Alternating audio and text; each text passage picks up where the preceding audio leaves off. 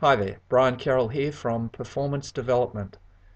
What I'd like to do over the next few minutes is just explore with you 5 keys around good time management. And if you're running a business, you know how critical your time management skills are to your success. Now, these 5 ideas really are based on simply common sense. So much about time management is based on having good, healthy routines as well as good, effective self-discipline.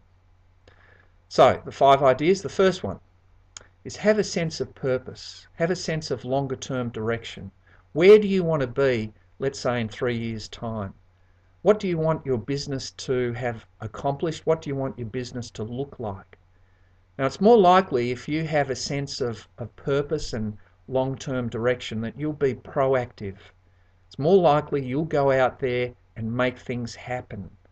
You'll try and influence and control events rather than allowing events and circumstances to control you.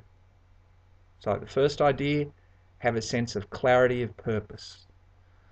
Second idea, translate those longer term goals into medium term and shorter term goals for yourself that then become the basis for identifying the actions and the steps that you need to take in order to achieve your goals.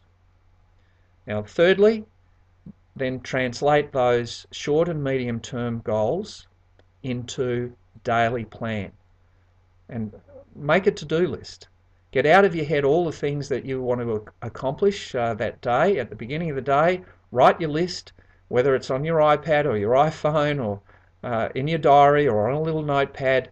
Get all those things out of your head in writing, and that becomes a commitment.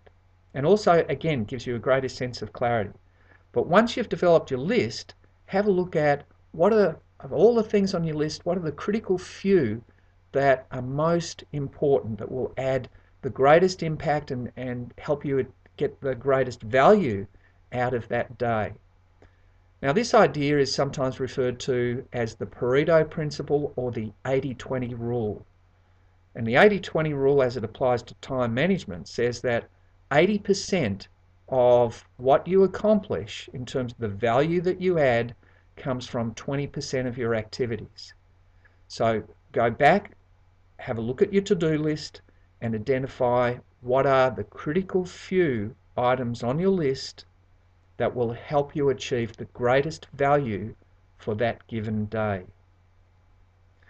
And make sure that you allocate more of your time that day to those critical few items.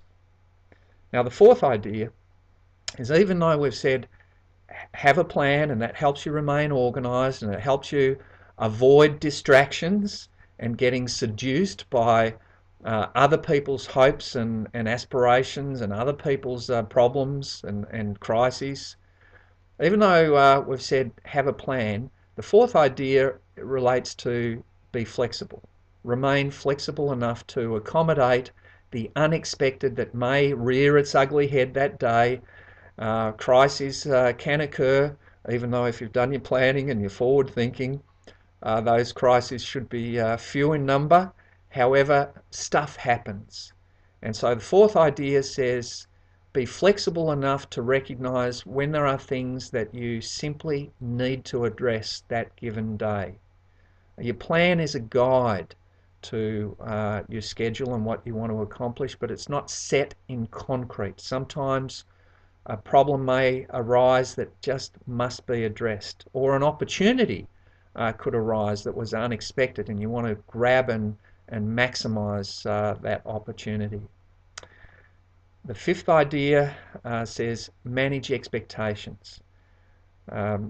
You've got to be able to recognize when to say no to some people. Some people, whether it's customers or colleagues or your staff who may be seeking to place demands upon you, you've got to recognize what is reasonable, and you've got to recognize when to say no to certain people.